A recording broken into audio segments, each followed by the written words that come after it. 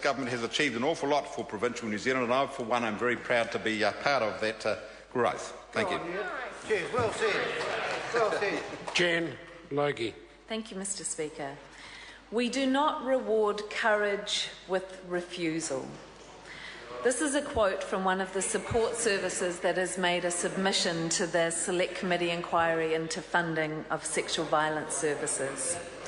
The Green Party believes that all New Zealanders deserve good lives and a safe future. Courageous advocates and survivors have been telling this House what they need for decades, and sadly all too many more have been suffering in silence, and too many more again have lost their lives while they've been waiting for action from this House. Domestic violence and sexual violence are at epidemic levels in this country. 1 in 3 women are likely to experience domestic violence in their lifetime. 1 in 4 girls, 1 in 8 boys are likely to be sexually abused in this country. Like most people in this House and in this country, I carry stories of sexual and domestic violence with me, as part of me. This issue is personal. It is not abstract. It takes incredible courage for victims to disclose abuse, and it also takes incredible courage for abusers to admit fault or seek help. And it takes a peculiar form of resilience for those working in these sectors to keep hopeful, to keep going, and to keep giving us another chance to fix this for their communities.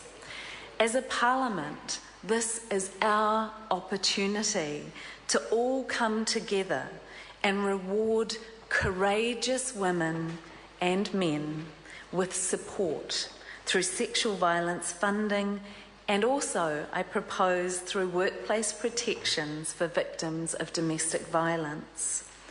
I hold great hope for the Select Committee inquiry into funding proposed by Alfred Naru and myself and supported by Labour and the Government. I hope it will give New Zealand a cross-party solution and sustainable solution for sexual violence so that everyone can finally get the right help and the reward for their courage.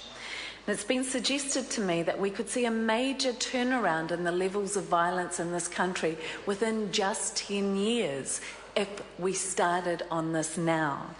And surely that's a future worth coming together for.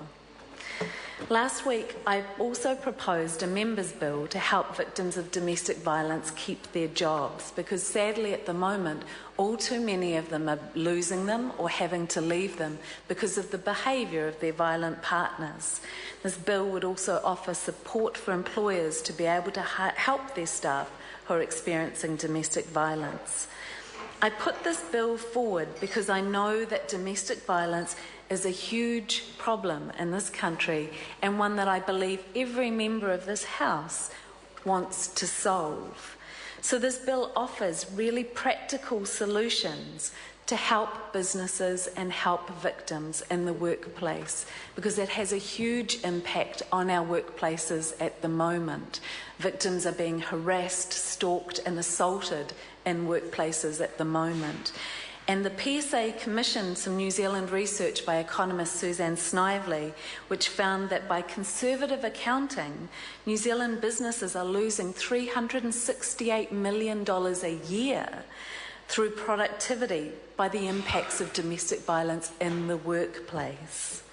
So that even if employers had to pay for implementing all the provisions in my bill, and I think there's an argument for ACC doing it instead for much of it, that we'd be able to, businesses would still, with all those costs, be making $150 million within 10 years through productivity gains.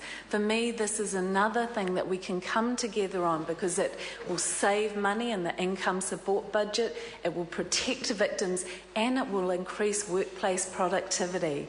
Win, win, win, and I hope this House will come together to ensure that we can make New Zealand a great and safe place for every New Zealander. Kia ora koutou. Te ora rā, Flavel. Tēnā koe, Mr. Speaker.